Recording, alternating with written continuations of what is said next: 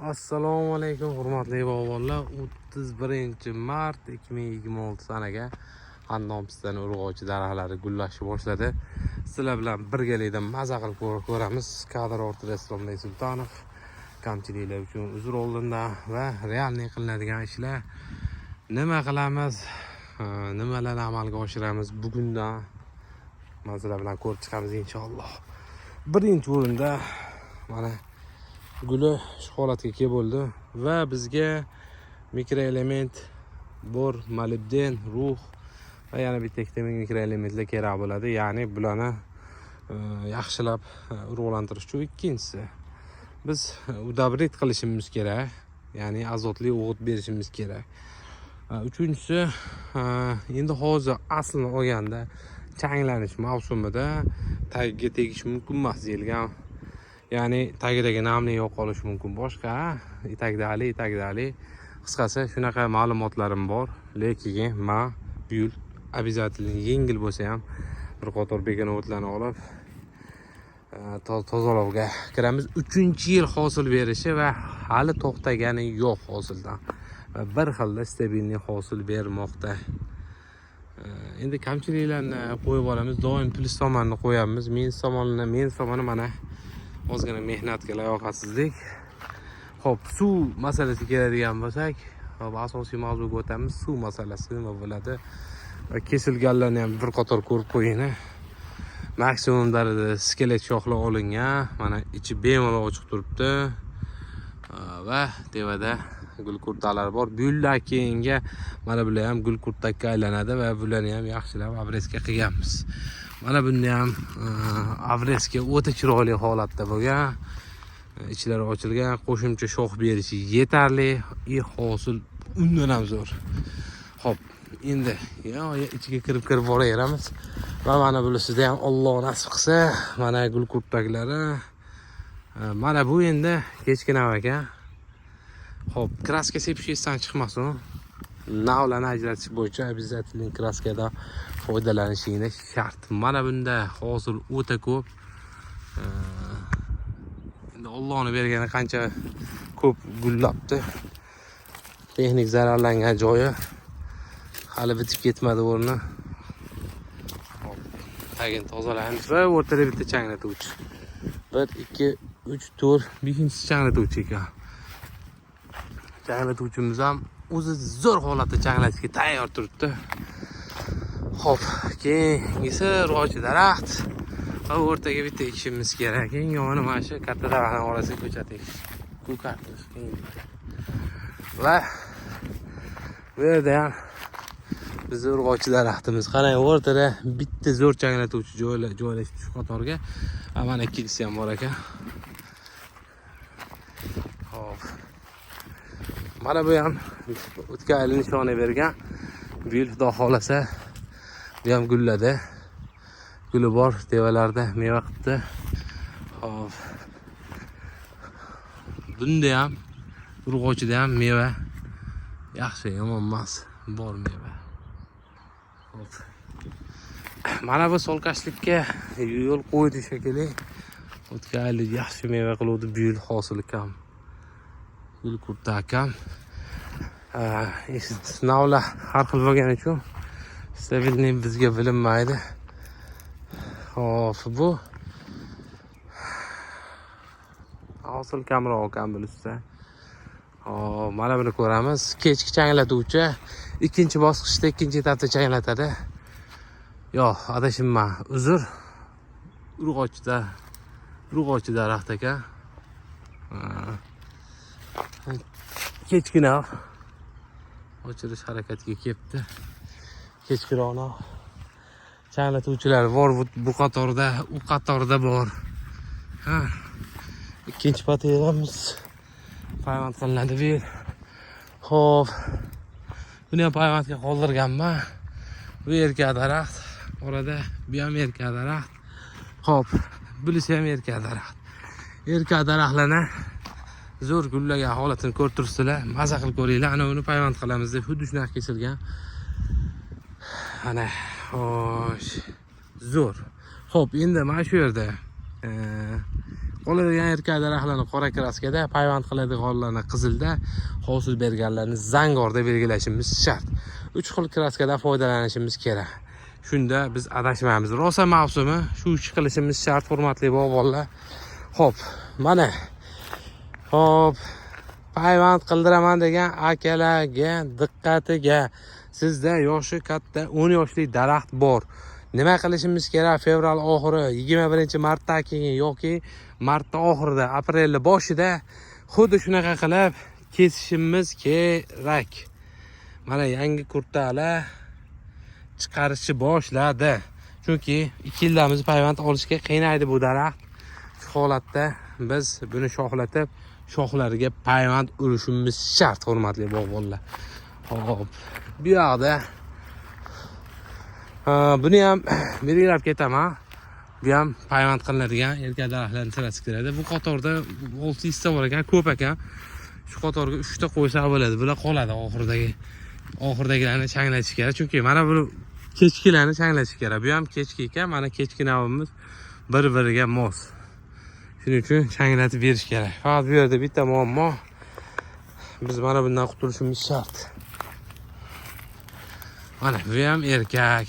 Voh, bu qatorda ko'payib ketib qoldi. Bu erkak ekan. Mana bu erkak ekan. Shu 2-3 kun ichida belgilashimiz kerak. Hop, mana bu ham erkak daraxt va oxirdagi ikkita urg'och. Urg'ochga ham yetib keldik inshaalloh. Mana. Zo'r holat. Ikkalasi ham urg'ochi daraxt. Hop. Sizlarga ma'lumotni berdim. Nima qilish kerakligini. Hop, changlash masala keladigan bo'lsa, agar shu vaziyatda shunaqa gul kurta ochib yoki bundan ham kattaroq holatda ochilganda yomg'ir to'xtovsiz 3-4 kun yog'adigan bo'lsa, ishoning changlanishda muammo bo'ladi.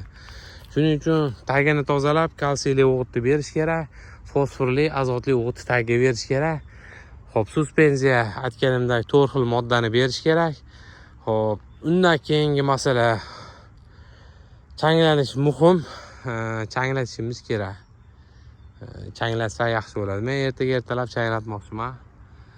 Xudo xolasa, imkon bo'lsa videosini qo'yamiz. Changlashga harakat qilamiz. Hosil o'ta ko'p. Allohning inoyati bilan changlatishga 100% harakat qilamiz ertadan, hurmatli bog'bonlar. Maksimum darajaga yetib keldi pistalar. Pistalar max darajaga yetib keldi va changlanish mavsumida turibdi. Xuddi mana shu mavsumda 3 etapli changlatish qilamiz. Haftada 3 marta. 3 kun o'tkazib demoqchi edim. Biroq charchadim. Xo'p, bu tomonni ham bitta ko'ramiz. Hop, sizlar bilan realni ko'rib obzor qilib ketishimiz kerak. Payvandga muhtoj bo'lgan daraxtlar. Hop, bu ham xuddi shunaqa payvand va bulisi urg'ochi daraxt. Oralardan olishimiz kerak edi, lekin bu yil o'ziga qo'yib berdik. Olmadik. Bu yildan keyin Xudo xolasa olamiz albatta. Bu ham urg'ochi. Bir vaqtda shuni kesib tashlayman. Qiyshab ketgan degandim. Yonida erkagi bor. Changlatuvchisi. Oh, mana yashil o'g'it deydi buni. Bu ham erkak. Bu payvand qilinadigan daraxt. Urg'ochi daraxtimiz. Kamchilik bo'lishi mumkin kesishda. Hop, erkakning eng ertagisi mana shu bo'ladi. Bitta ko'rib olasizlarmi? Hop. Ko'rinyaptimi? Arlam yurti eng ertagisi shu bo'ladi. Ko'rindimi bilmadim, lekin menga ko'rildi. Juda tez sugaydi. Shuni Allohning inoyati bilan shu o'rtada ekan belgilab payvandga o'tkazamiz. Xo'p, bu yerda urg'ochi daraxt, bunda hosil bu yil sal kamroq. Inshaalloh ko'ramiz. Kelasi yilga agar hosilda bu yangi sortida hosilda ko'payish bo'lmasa, boshqa sortga o'zgartirib olamiz. Bunda ham hosil kam. Changlatuvchisi urg'ochi daraxt. orada yaxshi anglatuvchilarimiz bor. Shundan xursandman. Urg'ochi daraxt. Urg'ochi daraxtimiz, changlatuvchimiz muazzam bir chiroyli daraxt bo'lgan. Mana bu ham changlatuvchi kechkisi. Shuni qoldirdim. Shu tomonga kerak, chunki bu tomonda kechki navim bor, to'liq payvand bo'lgan. Vaqt esa uni ham ko'rsataman. Vaqtimiz yetadi shekilli. Urg'ochi, sizlar urg'ochi deb o'tib ketyapman. Buni qayerdan bilyapsan desangiz, mana guli ko'rinyaptimi? Shu urg'ochi. Yonida yana bitta kechki changlatuvchi bu qoladi va mana bu ham changlatuvchi. Buni kesib tashlashim kerak. Tevarisdan kesib tashlayman deganman, xudo xolisa kesib tashlayman. Xo'p, payvand qilganimiz o'tgan yil hosil qildi. Bu yil ham hosil bo'lish kerak. Hosil ko'rinmayapti-yu. Bu yil endi faqat shox chiqarib o'sar kasdi. Hosil ko'rinmayapti. Kesilmagan. Mana ozgina bor ekan. Ikkita kurtaga bor ekan. Yaxshi. Xo'p. Bitta kechkina olib ko'rsatib qo'yaman. Chiroq gullaydi. Xo'p, mana bu ham urg'ochi. Tagini tozalash kerak. Qanjalik navi. Mana bu yana buyul, yana gullab oldi. Yotgan joyida. Kesib tashlayman degandim, lekin endi kesmaslikka qaror qildim. Shuni sizlar bilan maslahatlashgan holatda tagini tozalab, shu holatini tikka qilamiz. Tikkada ushlaymiz va atrofini tozalab, uni tikka holat bu yog'ini kesib tashlaymiz. Bu tomonini zararlangan tomon ozgina mevasidan voz kechamiz. Bizga mana shu tikkaroq holatda u yoqdan chiqayotganlar hosil kirguncha mana bu shoxlardan hosil olib turamiz. Shunaqa endi yo'liga o'tamiz, iloji yo'q. Chunki 10 yillab umri ketyapti insonlarning ustidan hosil olish uchun. Yetib keldik. Qisqasi bu rat 8-10 ta boshdan oxirigacha hammasi hosilda.